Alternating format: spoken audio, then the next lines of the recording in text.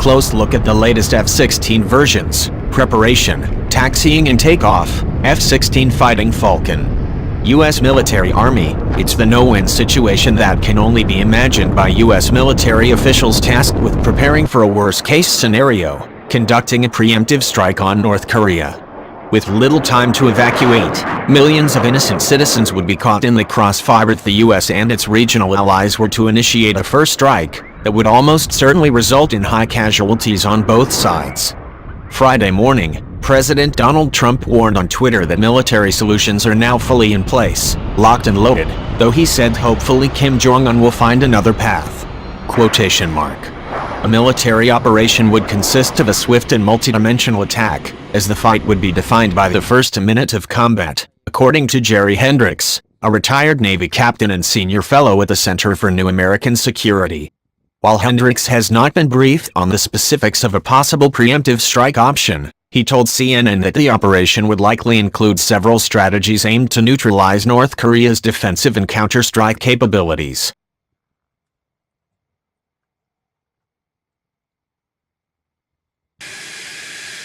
Countering North Korea's relatively formidable surface-to-air missile defense capabilities, stealth American F-22s, F-35s and B-2 bombers would likely lead a joint air campaign with the help of Japanese and South Korean F-15 or F-16 fighters, he said. Unmanned aircraft could also be used to limit risk to pilots. The U.S. would likely move additional aircraft to the region in the event of an imminent strike, but also maintains two major air bases in South Korea, Osan with F-16 fighters and A-10 tank killers, and Gunsan with F-16s. Heavy air power can be called in from the Pacific island of Guam, through which the U.S. rotates B-1, B-2 and B-52 bombers. As U.S. and Allied aircraft take out priority targets from the sky, American warships would launch a barrage of Tomahawk missiles concentrated on North Korean missile sites, air defense systems and response corridors capable of launching a retaliatory nuclear weapon, Hendricks said. The U.S. Navy has 10 guided missile cruisers and destroyers based in Japan. The ships are armed with Tomahawk missiles for offensive purposes and the Aegis missile defense system that could be used to intercept North Korean launches. The U.S. could use cyber attacks to disrupt Pyongyang's weapons programs, though experts say that would only delay, rather than stop them. Urgent efforts to take out priority targets like air defense systems, retaliatory missile launch sites and service facilities, coupled with assumptions that the U.S.-led offensive would be met with heavy resistance, are likely to take a toll on the U.S. inventory of bombs and missiles, warned Hendricks. What is the plan to resupply? He said.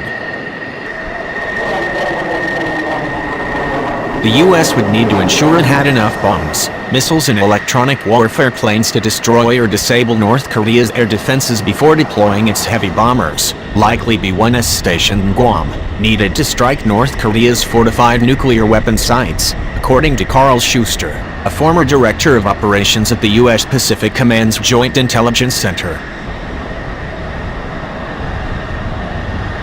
Within minutes of initiating the attack, U.S. aircraft and artillery assets would also be forced to coordinate with Allied forces to destroy the thousands of North Korean missile tubes pointed directly at the South Korean capital of Seoul. And that would just be the beginning.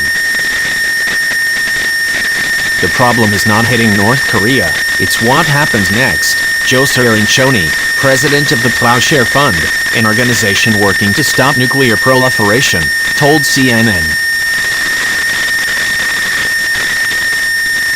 First few hours of combat, from artillery, from rockets, from short-range missiles, and if this war would escalate to the nuclear level, then you are looking at tens of millions of casualties and the destruction of the 11th largest economy in the world. Quotation mark. That's what you are going to roll the dice on, Cirincione added.